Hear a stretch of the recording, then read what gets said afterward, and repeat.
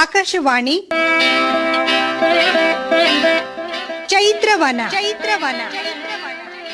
ಲಕ್ಷ್ಮೀಶನ ಜೈಮಿನಿ ಭಾರತದ ಸಮಗ್ರ ವಾಚನ ವ್ಯಾಖ್ಯಾನ ಕಾರ್ಯಕ್ರಮ. ಪ್ರಸ್ತುತಿ ಡಾಕ್ಟರ್ ಎಎಸ್ ಶಂಕರನಾರಾಯಣ. ಚೈತ್ರವನ ಕಾರ್ಯಕ್ರಮದ ಕೇಳಿದರಿಗೆಲ್ಲ ನಮಸ್ಕಾರಗಳು ಹಾಗೂ ಕಾರ್ಯಕ್ರಮಕ್ಕೆ ಆತ್ಮೀಯವಾದ ಸ್ವಾಗತ. ಪ್ರಿಯ ಕೇಳಿದರೆ, ಇಂದು ಲಕ್ಷ್ಮೀಶನ ಜೈಮಿನಿ ಭಾರತದ 30ನೆಯ ಸಂಧಿಯ ಕೆಲ ಪದ್ಯಗಳ ವಾಚನ ಹಾಗೂ ವ್ಯಾಖ್ಯಾನವನ್ನು ಕೇಳಲಿದ್ದೀರಿ. ವಾಚನ ಮಾಡಲಿದ್ದಾರೆ ಶ್ರೀಮತಿ BC ವಿಶಾಖ, ವ್ಯಾಖ್ಯಾನ ಮಾಡಲಿದ್ದಾರೆ ಶ್ರೀ MS ವಿನಾಯಕ. ತನ್ನ ಮನೆಗೆ ಬಂದಳೋ ವಿಷಯ. ಮನಸ್ಸಿನಲ್ಲಿ ವಿರಹ ಭಾವನೆ ತುಂಬಿಬಿಟ್ಟಿದೆ. ಹೊತ್ತು ಕಳೆಯೋದಕ್ಕೆ ಕಷ್ಟ ಆಗ್ತಾ ಇದೆ. ನಿಂತಲ್ಲಿ ನಿಲ್ತಾ ಇಲ್ಲ, ಕೂತಲ್ಲಿ ಕೂಡ್ತಾ ಇಲ್ಲ, ಆಪ್ತ ಸಖಿಯರ ಮಾತು ಇವಳು ಕೇಳ್ತಾ ಇಲ್ಲ, ಯಾವ ಅಲಂಕಾರವೂ ಬೇಡ ಹಾಗಾಗ್ಬಿಟ್ಟಿದೆ. ಯಾವುದರಲ್ಲೂ ಅಪೇಕ್ಷೆ ಇಲ್ಲದಿದ್ದ ಹಾಗೆ ನಿರಾಸಕ್ತಳಾಗಿ ವಿರಹದ ಉರಿಯಿಂದ ಚಂದ್ರಹಾಸನನ್ನೇ ಧ್ಯಾನಿಸ್ತಾ ಕಾಲ ಕಳೀತಾ ಇದ್ದಾಳೆ. ಅವರಿಗೆ ಇವಳ ಸಂತಾಪದಿಂದ ಗೊತ್ತಾಯಿತು, ಬಹುಶಃ ಇವಳು ಯಾರನ್ನೋ ಮನಸ್ಸಿನಲ್ಲಿ ಇಟ್ಕೊಂಡು ಆ ವಿರಹ ವ್ಯಥೆಯಿಂದ ಒದ್ದಾಡ್ತಾ ಇದ್ದಾಳೆ ಅಂತ. ಇವಳ ಮನದೆಣಿಕೆ ಕೈಗೊಡಲು ಆವೆಲ್ಲರೂ ವಿವಿಧ ಕುಸುಮಾತ್ಕರ ಸುಗಂಧಾಕ್ಷತೆಗಳಿಂದೆ ನವಪಕ್ವ ಫಲಮೋದಕಾದಿ ನೈವೇದ್ಯದಿಂ ಧೂಪದೀಪಂಗಳಿಂದೆ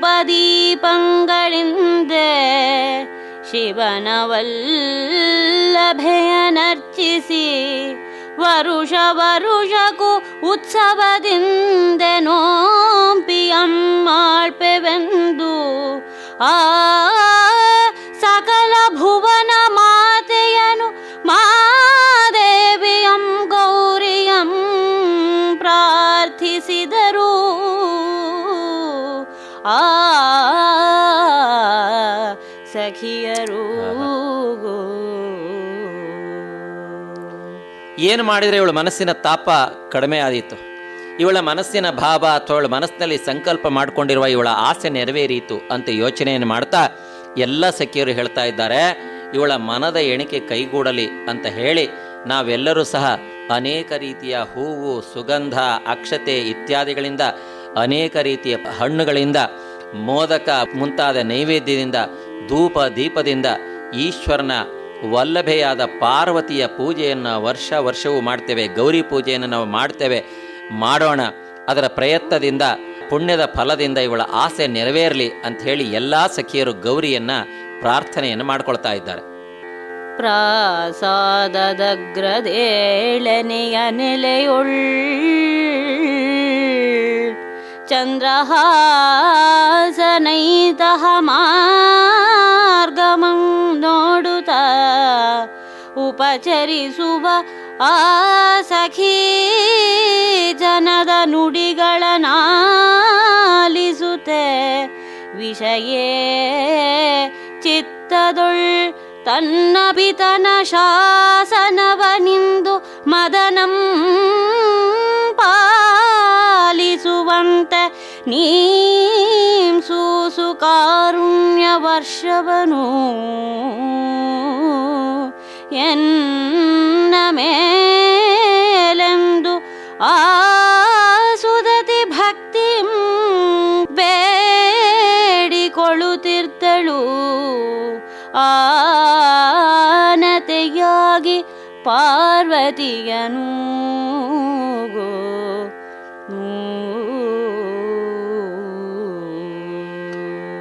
ತನ್ನ ಅರಮನೆಯಂತಹ ರಾಜಪ್ರಾಸಾದದ 7ನೆಯ ಅಂತಸ್ತಿನಲ್ಲಿ ಕೂತ್ಕೊಂಡು, ಚಂದ್ರಶಾಲೆಯಲ್ಲಿ ಕೂತ್ಕೊಂಡು ವ್ಯಥೆಯನ್ನು ಪಡ್ತಾ ಇರುವ ಈ ವಿಷಯ ಚಂದ್ರಹಾಸ ಬರುವಂತಹ ದಾರಿಯನ್ನೇ ನೋಡ್ತಾ ಇದ್ದಾಳೆ.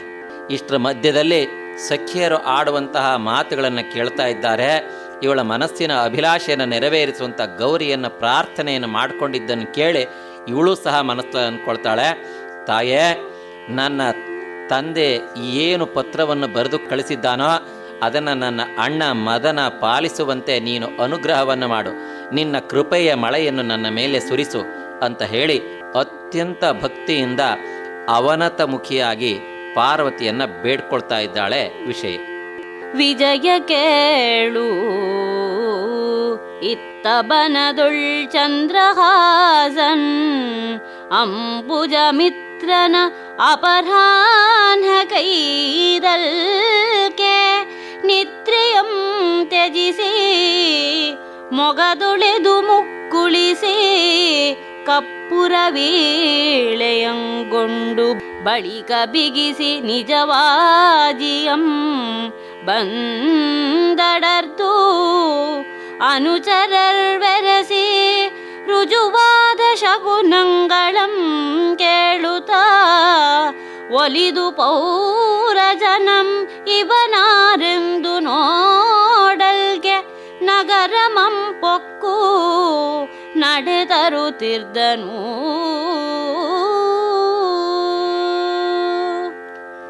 ಆ ಕಡೆಗೆ ವಿಷಯ ವಿರಹ ವೇದನೆಯಿಂದ ನರಳುತ್ತಾ ಇರಬೇಕಾದ್ರೆ ಈ ಕಡೆಗೆ ಚಂದ್ರಹಾಸ ನಿಶ್ಚಿಂತನಾಗಿ ಮಲಗಿದ್ದಾನೆ. ಸೂರ್ಯ ಮುಳುಗುವ ಹೊತ್ತಾಗಿದೆ. ಆಗ ಚಂದ್ರಹಾಸನಿಗೆ ಎಚ್ಚರ ಆಯಿತು. ಹತ್ತಿರದಲ್ಲಿಯೇ ಇರುವ ಸರೋವರಕ್ಕೆ ಬಂದು ಅಲ್ಲಿ ಮುಖವನ್ನು ತೊಳೆದು ಬಾಯಿ ಮುಕ್ಕಳಿಸಿ ಉಗುಳಿ ಆಮೇಲೆ ಕರ್ಪೂರದ ತಾಂಬೂಲವನ್ನು ಹಾಕಿಕೊಂಡಿದ್ದಾನೆ. ನಂತರ ಮರದ ಸಮೀಪದಲ್ಲಿಯೇ ಕಟ್ಟಿರುವ ತನ್ನ ಕುದುರೆಯನ್ನು ಬಿಚ್ಚಿ ಅದರ ಮೇಲೆ ಕುಳಿತುಕೊಂಡು ತನ್ನ ಅನುಚರರು ಸೇವಕರೊಡನೆ ರಾಜಧಾನಿಯ ಪ್ರವೇಶವನ್ನು ಮಾಡ್ತಾ ಇದ್ದಾನೆ. ಆ ಸಂದರ್ಭದಲ್ಲಿ ಅನೇಕ ರೀತಿಯ ಶುಭ ಶಕುನಗಳ ಆಗ್ತಾ ಇದ್ದಾವೆ. ಓಹೋ, ಇದೇನು ವಿಶೇಷ ಇದೆಯಲ್ಲ, ಇದೇ ಮೊದಲನೇ ಸಲ ನಾನು ಈ ನಗರ ಪ್ರವೇಶವನ್ನು ಮಾಡ್ತಾ ಇದ್ದೇನೆ, ನೋಡಿದರೆ ಶುಭ ಶಕುನಗಳು ಆಗ್ತಾ ಇದೆ. ಇವನು ಅರಮನೆಯ ಕಡೆಗೆ ಬರ್ತಾ ಇದ್ದಾನೆ. ಆ ನಗರದುಳ್ ಕುಂತಳೇಶ್ವರನು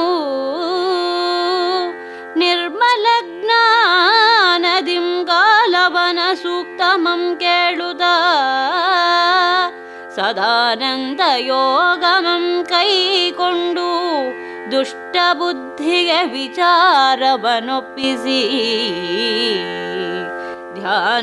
ಧ್ಯಾನಪರನಾಗಿರ್ಪನ್ ಅದರಿಂದ ಪೊಳಲಂ ಪ್ರಧಾನಿ ಪಾಲಿಪನು ಅವಂಪುರ ಮಟ್ಟಿರಲ್ಗೆ ತತ್ಸೂನು ಮದನಂ ಧುರಂಧರತೆ ಬೆತ್ತು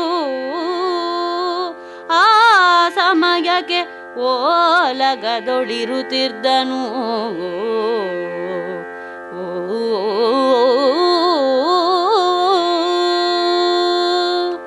ಆ ನಗರದ ಸ್ಥಿತಿಗತಿ ಹೇಗೆ ಅಂದರೆ, ಕುಂತಳೇಶ್ವರ ಅಲ್ಲಿಯ ರಾಜ. ಆದರೆ ರಾಜ್ಯದ ಆಡಳಿತದಲ್ಲಿ ಅವನಿಗೆ ನಿರಾಸಕ್ತಿ. ರಾಜ ಗುರುವಾದಂತಹ ಗಾಲವನ ಮಾತುಗಳನ್ನು ಕೇಳ್ತಾ ತನ್ನ ಮಂತ್ರಿಯಾದ ದುಷ್ಟಬುದ್ಧಿಯನ್ನು ಸಂಪೂರ್ಣವಾಗಿ ನಂಬಿದ್ದಾನೆ. ಆ ದುಷ್ಟಬುದ್ಧಿಯ ಬಗ್ಗೆ, ಅವನ ಕೆಟ್ಟತನದ ಬಗ್ಗೆ ಇವನಿಗೆ ಸ್ವಲ್ಪವೂ ಅರಿವಿಲ್ಲ.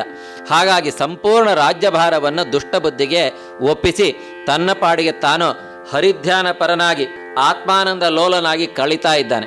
ಹೀಗಿರಬೇಕಾದ್ರೆ ಈಗ ಆ ದುಷ್ಟಬುದ್ಧಿ ಬೇರೆ ಎಲ್ಲಿಗೋ ರಾಜ್ಯದಕ್ಕೆ ಸಂಚಾರಕ್ಕೆ ಅಂತ ಹೋಗಿದ್ದಾನೆ. ಹಾಗೆ ಹೋಗಿರುವುದರಿಂದ ಅವನ ಮಗನಾದಂತಹ ಮದನ ಜನಗಳ ಕಷ್ಟ ಸುಖವನ್ನ ವಿಚಾರಿಸ್ತಾ ಓಲಗದಲ್ಲಿ ಇದ್ದಾನೆ. ಶ್ರೀಕಂಠನಂ ಕೆಣಕಿ ಮೈ ಗೆಟ್ಟ ಮದನನಂ ಲೋಕದೊಳ್ ಜರೆ ಬಂತೆ ಶಂಕರ ಪ್ರಿಯನಾಗಿ ಸಾಕಾರದಿಂದ ಸೇವ ಮದನ ನಿವನೆಂಬಂತೆ ರಂಜಿಸುವ ಮಂತ್ರಿಸೂನು ಅಕೀರ್ಣ ರತ್ನ ರೋಚಿಕಾರಿಯ ಚಾಮೀಕರದ ಸಿಂಹಾಸನದೊಳಿರ್ದನು ಇಕ್ಕೆಲದ ಕೋಕನದ ನೇತ್ರೆಗೆ ಚಿಮ್ಮಿಸುವ ಚಾರು ಚಂಚಲ ಮರಗಳಿಂದೆ ಮಂತ್ರಿಸೂನು ಸಿಂಹಾಸನದೊಳಿರ್ದನು. ಕವಿ ಪದ್ಯದಲ್ಲಿ ವರ್ಣನೆ ಮಾಡ್ತಾನೆ, ಇವನು ಮದನನೇ. ಅದೇ ರೀತಿ ಈಶ್ವರನನ್ನು ಕೆಣಕಿ ಅವನ ಕೆಂಗಣ್ಣಿಗೆ ಆಹುತಿಯಾಗಿ ಸುಟ್ಟು ಹೋದಂತಹ ಆ ಮನ್ಮಥನೂ ಮದನನೇ. ಅವನಿಗೂ ಇವನಿಗೂ ವ್ಯತ್ಯಾಸ ಏನು ಅಂತಂದರೆ, ಅವನು ಮನ್ಮಥನ ವೈರಿ, ದುಷ್ಟಬುದ್ಧಿಯ ಮಗ. ಈ ಮದನ ಶಂಕರ ಪ್ರಿಯ. ಆದ್ದರಿಂದ ಭಗವಂತನ ಭಕ್ತನೂ ಆಗಿದ್ದರಿಂದ ಭಗವಂತನ ಅನುಗ್ರಹದಿಂದ, ಈಶ್ವರನ ಅನುಗ್ರಹದಿಂದ ಸಾಕಷ್ಟು ಐಶ್ವರ್ಯವನ್ನ, ಅಧಿಕಾರವನ್ನು ಅನುಭವಿಸ್ತಾ ಇದ್ದಾನೆ. ಇಂತಹ ಈ ಮಂತ್ರಿಯ ಮಗ ರತ್ನಗಳಿಂದ ಹೊಳೆಯುವಂತಹ ಚಿನ್ನದ ಸಿಂಹಾಸನದ ಮೇಲೆ ಕುಳಿತಿದ್ದಾನೆ. ಅವನ ಅಕ್ಕಪಕ್ಕದಲ್ಲಿ ಸುಂದರವಾದಂತಹ ಸ್ತ್ರೀಯರು ಅವನಿಗೆ ಚಾಮರವನ್ನು ಬೀಸ್ತಾ ಇದ್ದಾರೆ. ಇಂತಹ ವೈಭವದ ವಿಲಾಸದ ಒಡ್ಡೋಲಗವನ್ನ ನಡೆಸ್ತಾ ಇದ್ದಾನೆ ರಾಜನ ಪರವಾಗಿ. ಉಚಿತದಿಂದೊಪ್ಪುವ ಮಹೇಸುರರ ಭೂಭುಜರ ನಿಚಯದ ನಿಯೋಗಿಗಳ ಗಣಕರ ಪುರೋಹಿತರ ವಚನ ಕೋವಿದರ ಕವಿಗಮಕಿಗಳ ವಂದಿಗಾಯಕ ನಟರ ನರ್ತಕಿಯರ ರುಚಿರದಿಂ ಕೃಷ್ಣ ಚಾರಿತ್ರಮಂ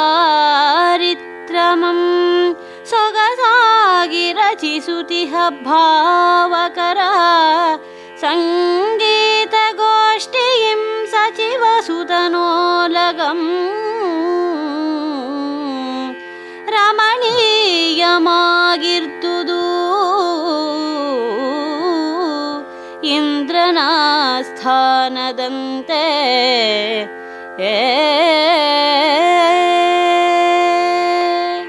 ಇಂದ್ರನ ಆಸ್ಥಾನದಂತೆ ವೈಭವೋಪೇತವಾಗಿದೆ ಆ ಒಡ್ಡೋಲಗ. ಒಂದು ಕಡೆಗೆ ಅವನ ಬಲಗಡೆಯಲ್ಲಿ ಬ್ರಾಹ್ಮಣರೆಲ್ಲ ಕೂತಿದ್ದಾರೆ. ಅದೇ ರೀತಿ ಬಲಶಾಲಿಯಾದಂತಹ ಶಕ್ತಿ ಸಂಪನ್ನರಾದಂತಹ ಕ್ಷತ್ರಿಯರು ಕೂತ್ಕೊಂಡಿದ್ದಾರೆ, ರಾಜರೆಲ್ಲ ಕೂತ್ಕೊಂಡಿದ್ದಾರೆ. ಈ ಎದುರುಗಡೆಗೆ ಅನೇಕ ವಿದ್ವಾಂಸರಾದಂತಹ ಕವಿಗಳು, ಗಮಕಿಗಳು, ವಾದಿಗಳು, ವಾಗ್ಮಿಗಳು, ನಟರು, ಕಲಾವಿದರು, ನರ್ತಕಿಯರು, ಗಾಯಕರು ಇವರೆಲ್ಲ ಇದ್ದಾರೆ. ಹೀಗೆ ಇವರ ಸಮೂಹದಲ್ಲಿ ಕೃಷ್ಣನ ಚರಿತ್ರೆಯನ್ನು ಸೊಗಸಾಗಿ ಹಾಡುವಂತಹ ಸಂಗೀತ ಗೋಷ್ಠಿಯನ್ನ, ಗಮಕ ಗೋಷ್ಠಿಯನ್ನ ಆಸ್ವಾದಿಸ್ತಾ ರಮಣೀಯವಾದಂತಹ ಸಭಾಸ್ಥಾನದಲ್ಲಿ ಕೂತ್ಕೊಂಡಿದ್ದಾನೆ ಮಂತ್ರಿಯ ಮಗನಾದಂತಹ ಮದನ. ಲೀಲೆಮಿಗೆ ನಗರದೊಳ್ನಡೆ ತಂದು ಮಂತ್ರಿಸುತನಾಲಯದ ಮುಂದೆ ವಾಜಿಯ ನಿಳಿದು ತದ್ವಾರ ಪಾಲಕರ್ಗೆ ಇಂದು ಹಾಸಂಪೇಳ್ದೊಡೆ ಅವರಂತರಾಂತರದೊಳೆಚ್ಚರಿಸಲು ಏಳನೆಯ ಬಾಗಿಲ ವಿವೇಕನೆಂಬವನು ಇದಂ ಕೇಳಿ ತಾಂಪಿಡಿದ ಶ್ರದ್ಧಾಯುಷ್ಟಿ ಸಹಿತ ಬಂದು ಓಲಗದೊಳಿರ್ತ ಮದನಂಗೆ ಭಿನ್ನೈಸಲ್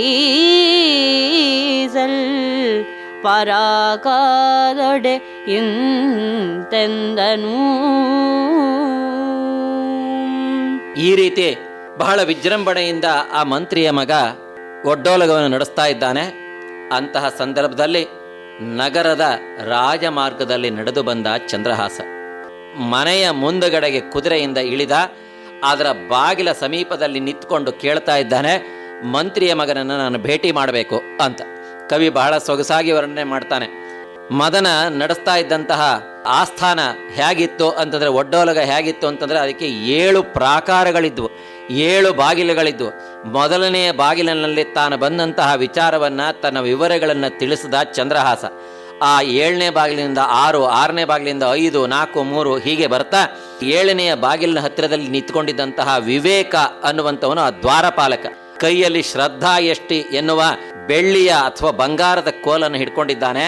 ಅವನಿಗೆ ಒಬ್ಬ ಆಗಂತುಕ ಬಂದು ನಿಂತ್ಕೊಂಡಿದ್ದು ಗೊತ್ತಾಗಿದೆ, ವಿಷಯ ಗೊತ್ತಾಯಿತು, ಇದನ್ನು ಮದನನಿಗೆ ತಿಳಿಸ್ಬೇಕು ಅಂತ ಹೇಳಿ ಮದನನ ಸಮೀಪಕ್ಕೆ ಬಂದು ಹೇಳ್ತಾ ಇದ್ದಾನೆ, ಅವಧರಿಸು ಜೀಯ, ಅವಧರಿಸು ಜೀಯ, ನಿಮ್ಮಯ್ಯಂಗೆ ಕ್ರೋಧನೆಂಬವನಾಪ್ತನಾಗಿ ಹಿಂಸಾಯುಷ್ಟಿ ಬಿಡಿದು ಸಲ್ವನು ಆ ಬಾಗಿಲ್ಗೆ. ತನಗಾತನಂತೆ ನಿಮ್ಮಳ್ ಸಲುಗೆಯುಂಟೆ ಬರಿದೆ, ಬರಿದೆ ತವ ಭೃತ್ಯನಾಗಿ ಹೆಂ ಸಾಕದಂತಿರಲಿ ಅಖಿಲ ಭುವನಗಧಿಪತಿಯಾದ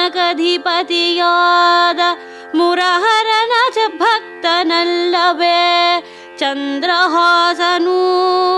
ಆತನ ಬರವನರಿಪಲೇತಕ್ಕೆ ಸುಮ್ಮನಿಹೆ ಎಂದನು. ಪ್ರಭು, ಕೈಯಲ್ಲಿ ಹಿಂಸೆಯನ್ನು ಮಾಡಲಿಕ್ಕೆ ಉಪಯೋಗಿಸುವಂತಹ ಶೂಲ, ಈಟಿ, ಕತ್ತಿ ಇತ್ಯಾದಿಗಳನ್ನು ಹಿಡ್ಕೊಂಡಂತಹ ಕ್ರೋಧ ಎನ್ನುವ ಆಪ್ತ ನಿಮ್ಮ ತಂದೆಯ ಸಮೀಪದಲ್ಲಿದ್ದು ಅವನ ಬಾಗಿಲನ್ನು ಕಾಯ್ತಾ ಇದ್ದಾನೆ. ನಾನು ನಿನ್ನ ಆಳು, ಅವನಷ್ಟು ಸಲಿಗೆ ನನಗಿಲ್ಲ. ನಾನು ನಿಮ್ಮಲ್ಲಿ ಈಗ ನಿವೇದಿಸುವ ವಿಷಯವೇನು ಅಂದರೆ, ಇಡೀ ಅಖಿಲ ಭುವನಕ್ಕೆ ಅಧಿಪತಿಯಾದಂತಹ ಒಡೆಯನಾದ ಸಾಕ್ಷಾತ್ ವಿಷ್ಣುವಿನ ಪರಮಭಕ್ತನಾದಂತಹ ಚಂದ್ರಹಾಸ ಎನ್ನುವ ವ್ಯಕ್ತಿ ಬಂದಿದ್ದಾನಂತೆ. ನೀವು ಯಾರು ಅಂತ ಕೇಳಿದ್ರೆ ವಿಷ್ಣುವಿನ ದಾಸ ಹರಿದಾಸ ಅಂತ ಹೇಳ್ಕೊಂಡಿದ್ದಾನಂತೆ. ಅವನನ್ನು ನಿಮ್ಮ ದರ್ಶನಕ್ಕಾಗಿ ಕಾಯ್ತಾ ಇದ್ದಾನೆ. ಈ ವಿಚಾರವನ್ನು ತಿಳಿದು ಸುಮ್ಮನೆ ಏಕಿದ್ದೀರಿ, ಅವನಿಗೆ ದರ್ಶನವನ್ನು ಕೊಡಿ ಅಂತ ಹೇಳಿ ನಿಮ್ಮಲ್ಲಿ ನಿವೇದನೆ ಮಾಡಿಕೊಳ್ತಾ ಇದ್ದೇನೆ ಅಂತ ವಿವೇಕ ಅನ್ನುವ ದ್ವಾರಪಾಲಕ ಹೇಳ್ದ. ನೀತಿ ಸಮ್ಮತದಿಂ ವಿವೇಕನಿಂದನೆ ಕೇಳ್ದು ಶಾತಕುಂಭಾಲಂಕೃತಾಸನವನಿಳಿದು ಹರ್ಷಾತಿಶಯದಿಂದೆ ಮದನಂ ಚಂದ್ರಹಾಸನನಿದಿರ್ಬಂದು ಕಂಡು ನಗುತೆ ಪ್ರೀತಿಯಿಂದಪ್ಪಿ ಕೈ ಬಿಡಿದು ಒಡನೆ ಸಭೆಗೆ ತಂದು ಆತನಂ ಸತ್ಕರಿಸಿ ಚಂದನಾವತಿಯ ತದ್ಭೂತಳದ ಮೇಧಾವನಿಯ ಕುಳಿಂದನ ಕುಶಲದೇಳ್ಗೆಯಂ ಬೆಸಗೊಂಡನು. ನೀತಿಯಿಂದ ಕೂಡಿರುವ ಈ ವಿವೇಕನ ಮಾತನ್ನು ಕೇಳಿ ಮದನಿಗೆ ಬಹಳ ಸಂತೋಷವಾಯಿತು. ತಾನು ಕೂತಿರುವ ಚಿನ್ನದ ಸಿಂಹಾಸನವನ್ನು ಇಳಿದು ಬಾಗಿಲ ಸಮೀಪಕ್ಕೆ ಬಂದ ಚಂದ್ರಹಾಸನನ್ನು ನೋಡ್ತಿರ್ಲಿಕ್ಕೆ ಬಹಳ ಸಂತೋಷ ಆಯಿತು. ಅವನನ್ನು ನೋಡಿ ಒಬ್ಬ ಆತ್ಮ ಸಖನೆ ಸಿಕ್ಕಟ್ಟು ಸಂತೋಷವಾಯಿತು ಮದನನಿಗೆ. ಅವನನ್ನು ಅಂತಃಕರಣೆಯಿಂದ ಎದುರುಗೊಂಡು ಆತ್ಮೀಯತೆಯಿಂದ ನಗುತ್ತಾ ಪ್ರೀತಿಯಿಂದ ಬಿಗಿದು ಅಪ್ಪಿ ಅವನ ಕೈಯನ್ನು ಹಿಡ್ಕೊಂಡು ಯಾವುದೋ ಬಹಳ ದಿನಗಳ ಸ್ನೇಹಿತನೋ ಎನ್ನುವ ಹಾಗೆ ಅವನನ್ನು ತನ್ನ ಸಭೆಗೆ ಕರೆದುಕೊಂಡು ಬಂದು ಅವನಿಗೆ ಉಚಿತವಾದ ಆಸನವನ್ನು ಕೊಟ್ಟು ತನ್ನ ಸಮೀಪದಲ್ಲಿಯೇ ಕುಳ್ಳಿರಿಸಿ ಅವನಿಗೆ ಅನೇಕ ರೀತಿಯಿಂದ ಸತ್ಕಾರವನ್ನು ಮಾಡಿದ ಮದನ. ನಂತರ ಚಂದ್ರಹಾಸ ಎಲ್ಲಿಂದ ಬಂದಿದ್ದಾನೆ ಅಂತ ಕೇಳಿದ. ಆವಾಗ ಚಂದ್ರಹಾಸ ಹೇಳ್ತಾನೆ, ನಾನು ಚಂದನಾವತಿಯ ಅರಸ. ಆವಾಗ ಇವನು ಚಂದನಾವತಿಯ ಜನಗಳ ವಿಚಾರವನ್ನು, ಕ್ಷೇಮ ಸಮಾಚಾರವನ್ನು ವಿಚಾರಿಸಿದ. ನಿಮ್ಮ ತಾಯಿ ಮಹಾರಾಣಿ ಮೇಧಾವಿನಿ ದೇವಿಯವರ ಆರೋಗ್ಯವೇ, ನಿಮ್ಮ ತಂದೆ ಮಹಾರಾಜ ಕುಳಿಂದಕ ಕ್ಷೇಮವೇ ಅಂತ ಎಲ್ಲ ಕ್ಷೇಮ ಸಮಾಚಾರವನ್ನು ವಿಚಾರಿಸಿದ ಮದನ. ವಿನಯದಿಮ್ಮತ್ತೆನ ಸುನಗೆ ಬೆರೆಸಿ ನಿನ್ನ ದರ್ಶನವಿಂದ ಪೂರ್ವ ಮಾದುದು ಬಂದ ಕಾರ್ಯಂ ತನಗೊರೆವುದೆಂದು ಮದನಂ ಚಂದ್ರಹಾಸನಂ ಕೇಳ್ದೊಡೆ ಆತಂಗೆ ನಿನ್ನ ಜನಕಂ ನಿನ್ನ ಬಳಿಗತಿ ರಹಸ್ಯದಿಂ ಅನುಮತಿಸಿ ಕಳುಹಲು ಆನೈತಂದೆನು ಎಂದು ಕುರುಪಿನ ಮುದ್ರೆ ಸಹಿತ ನಿಜ ಕರದೊಳಿಹ ಪತ್ರಮಂ ಕೊಟ್ಟನು. ಆತನ ಕೈಯೊಳು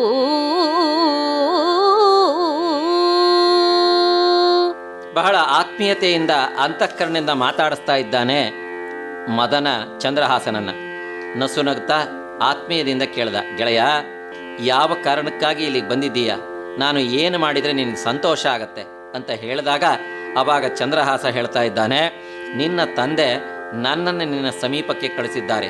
ಅತಿ ರಹಸ್ಯವಾದಂತಹ ಒಂದು ಕೆಲಸ ನನ್ನಿಂದ ಆಗಬೇಕಾಗಿದೆ ಅಂತ ಹೇಳಿ ಪತ್ರವನ್ನು ಬರೆದು ಕಳಿಸಿದ್ದಾರೆ. ಈ ಪತ್ರವನ್ನು ನನ್ನ ಮಗನ ಕೈಯಲ್ಲಿಯೇ ಕೊಡಬೇಕು, ನೀನು ನಾನೇ ಕಳಿಸಿದ್ದು ಅಂತ ಗೊತ್ತಾಗಬೇಕು ಅಂತ ಹೇಳಿ ಗುರುತಿನ ಮುದ್ರೆಯನ್ನು ಸಹ ಹೇಳಿ ತನ್ನ ಕೈಲಿರ್ತಕ್ಕಂತಹ ಪತ್ರವನ್ನು ಕೊಟ್ಟ. ಇದು ಬಹಳ ಗಹನವಾದ, ಗೂಢವಾದ, ಗುಟ್ಟಾದ ವಿಷಯ ಅಂತ ಹೇಳಿ ಹೇಳ್ತಾ ಇದ್ದಾನೆ. ಇದ್ದವರನ ಸಭೆಯೊಳಿರಿಸಿ ಶಶಿಹಾಸನಂ ಕದ್ದುಗೆಗೆ ನೆಲೆಗೊಳಿಸಿ ಮದನನ ಸ್ಥಾನದಿಂದೆದ್ದು ಅಮಲನೆಂಬ ತನ್ನನುಜನಂ ಕೂಡಿಕೊಂಡು ಏಕಾಂತ ಭವನ ಕೈದಿ ಹೊದ್ದಿಸಿದ ಮುದ್ರೆಯಂ ತೆಗೆದು ಪತ್ರವನೋದುತ್ತ ತಿದ್ದಿದ ಕರವನರಿಯದೆ ನಿಜದ ಬರಹಮೆಂದು ಅದ್ದಿದನತಿ ಹರ್ಷಾರ್ಣವದೊಳು. ಆಗ ಶತಯಾಗತ್ತನಯಕೆ ಕೌತುಕವನು.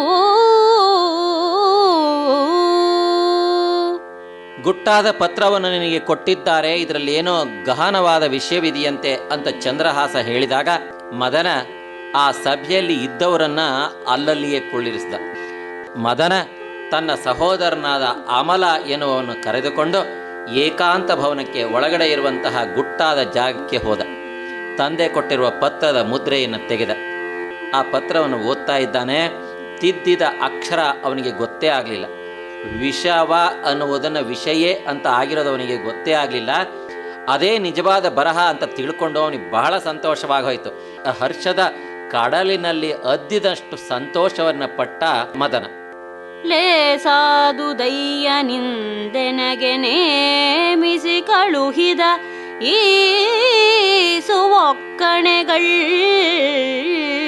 ಮಹಾಹಿತಂ ತನಗೆ ಈತನ್ ಈ ಸೀಮೆಗರಸಾದಪಂ ಸರ್ವಥಾ ಮಿತ್ರನಪ್ಪವಂ ನಿಶ್ಚಯಮಿದು ಮೋಸವೇ ಕುಲಾಚಾರಗತಿಯನಾರೈ ಒಡೆ ವಿಲಾಸದೆಂ ವಿಷಯ ಮೋಹಿಸುವಂತೆ ಕೊಡುವೆನು ಇದಕೋ ಸರಿಸಲೇಕೆ ತಂಗಿಗೆ ತಕ್ಕವರ ನೀತನೆಂದು ಮದನಂ ತಿಳಿದನು.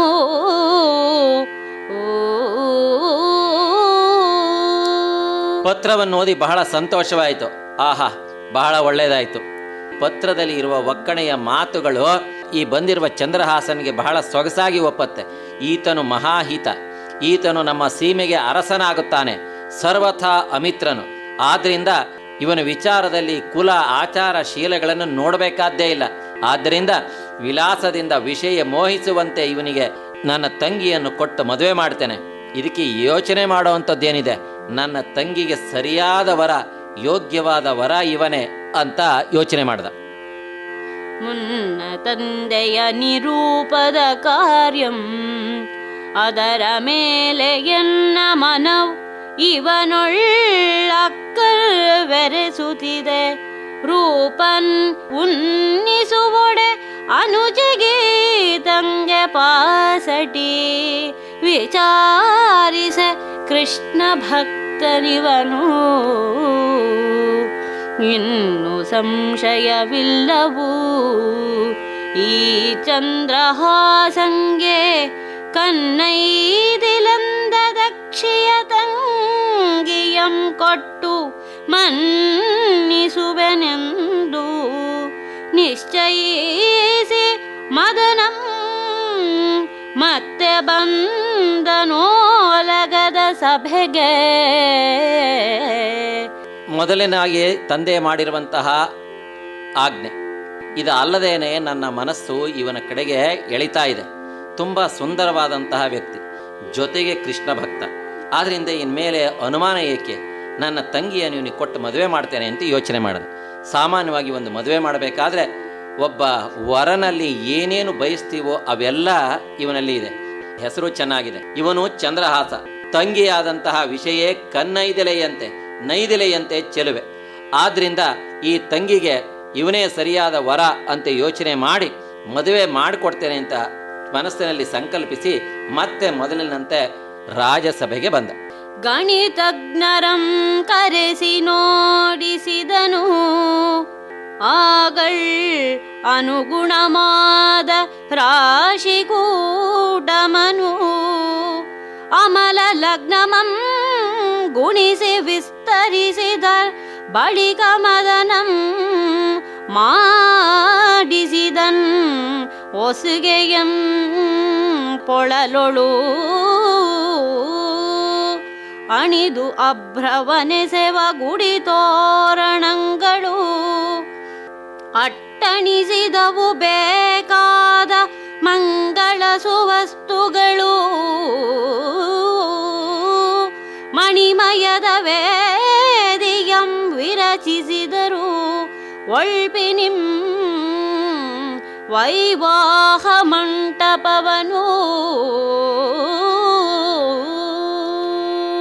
ಮತ್ತೆ ಒಡ್ಡೋಲಗಕ್ಕೆ ಬಂದು ಈ ವಿಷಯವನ್ನ ಎಲ್ಲರಿಗೂ ತಿಳಿಸಿದ, ಚಂದ್ರಹಾಸನಿಗೂ ತಿಳಿಸಿದ.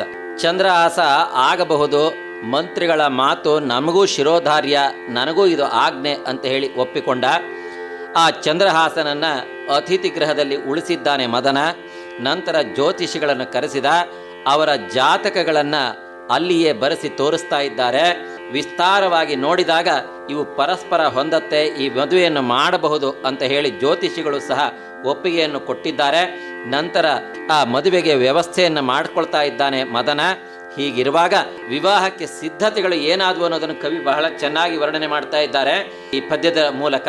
ವಿವಾಹಕ್ಕಾಗಿ ಅನೇಕ ರೀತಿಯ ತೋರಣಗಳನ್ನು ಕಟ್ಟಿಸಿದ್ದಾರೆ. ಬಾವುಟಗಳು ಹಾರಾಡ್ತಾ ಇದ್ದಾವೆ. ಆ ಬಾವುಟಗಳು ಹೇಗೆ ಹಾರಾಡ್ತಾ ಇದ್ದಾವೆ ಅಂತಂದ್ರೆ ಮೋಡವನ್ನು ಮುಟ್ಟುವಂತೆ ಹಾರಾಡ್ತಾ ಇದ್ದಾವೆ. ತೋರಣಗಳು ಅಂತರಿಕ್ಷದಲ್ಲೆಲ್ಲ ತುಂಬಿಬಿಟ್ಟವು. ಅನೇಕ ರೀತಿಯ ಮಂಗಳಮಯವಾದ ಸುವಸ್ತುಗಳನ್ನೆಲ್ಲ ಜೋಡಿಸಿಕೊಂಡಿದ್ದಾನೆ. ಅದೇ ರೀತಿ ಸ್ವರ್ಣದ ಹರಳಿದ ನವರತ್ನದ ಮಣಿಮಯವಾದಂತಹ ವೇದಿಕೆಯನ್ನ ನಿರ್ಮಾಣ ಮಾಡಿದ್ದಾರೆ. ವಿವಾಹ ಮಂಟಪವನ್ನ ರಚನೆ ಮಾಡಿದ್ದಾರೆ. ಬಳಿಕ ಮದನನ ಹೇಳಿಕೆಯೊಳು ಅಂದು ವಿದಿತ ಮಂಗಳ ವಿವಾಹೋಚಿತ ಕ್ರಿಯೆಗಳಂ ವಿರಚಿಸಿದ ಇಳೆಯ ದಿವಿಜರು ಪುರಂಧ್ರಿಯರೈದೆ ಮಜ್ಜನದ ಮಂಡನದ ಮಾಳ್ಗೆಗಳನ್ನು ಅಳವಡಿಸಿದರು. ಪಣೆಯೊಳೆಸೆವ ಬಾಸಿಗದ ಮಧುವಳಿಗನಾಗಿರ್ದಂ ಕುಳಿಂದಜಂ ದೇವಪುರಲಿಲಯ ಲಕ್ಷ್ಮೀಕಾಂತನೊಲವಿಂದ ವಿಷಂ ಅಮೃತಮಹುದು ಪೊಸತೆ ನೆನಲ್ಕೆ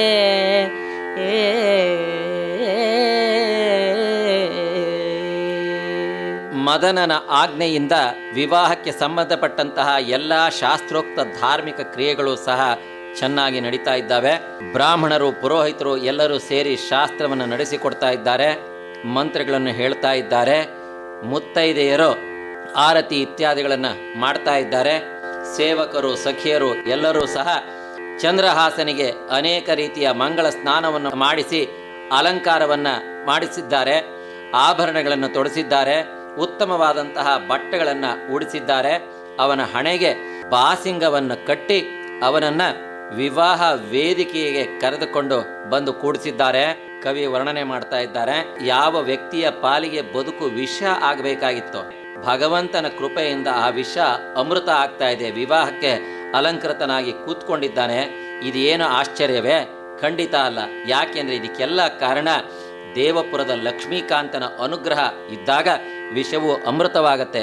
ಭಗವತ್ ಕೃಪೆ ಬೇಕು ಅನ್ನುವ ವಿಚಾರವನ್ನ ಇಲ್ಲಿ ಕವಿ ನಮಗೆ ಹೇಳ್ತಾ ಇದ್ದಾನೆ. ಇದುವರೆಗೆ ಲಕ್ಷ್ಮೀಶನ ಜೈಮಿನಿ ಭಾರತದ 30ನೆಯ ಸಂಧಿಯ ಕೆಲ ಪದ್ಯಗಳ ವಾಚನ ಹಾಗೂ ವ್ಯಾಖ್ಯಾನವನ್ನು ಕೇಳಿದಿರಿ. ವಾಚನ ಮಾಡಿದವರು ಶ್ರೀಮತಿ BC ವಿಶಾಖ, ವ್ಯಾಖ್ಯಾನ ಮಾಡಿದವರು ಶ್ರೀ MS ವಿನಾಯಕ. ಚೈತ್ರವನ ಕೇಳಿದ್ರಿ. ಕಾರ್ಯಕ್ರಮದ ಪ್ರಸ್ತುತಿ ಡಾಕ್ಟರ್ AS ಶಂಕರನಾರಾಯಣ. ನಿರ್ಮಾಣ ನೆರವು ಸಂಜೀವ R ನಾಮಣ್ಣವರ್. ಇದು ಇಂದಿನ ಚೈತ್ರವನ. ಈ ಕಾರ್ಯಕ್ರಮ ಆಕಾಶವಾಣಿ ಭದ್ರಾವತಿ ಕೇಂದ್ರದ ಕೊಡುಗೆ.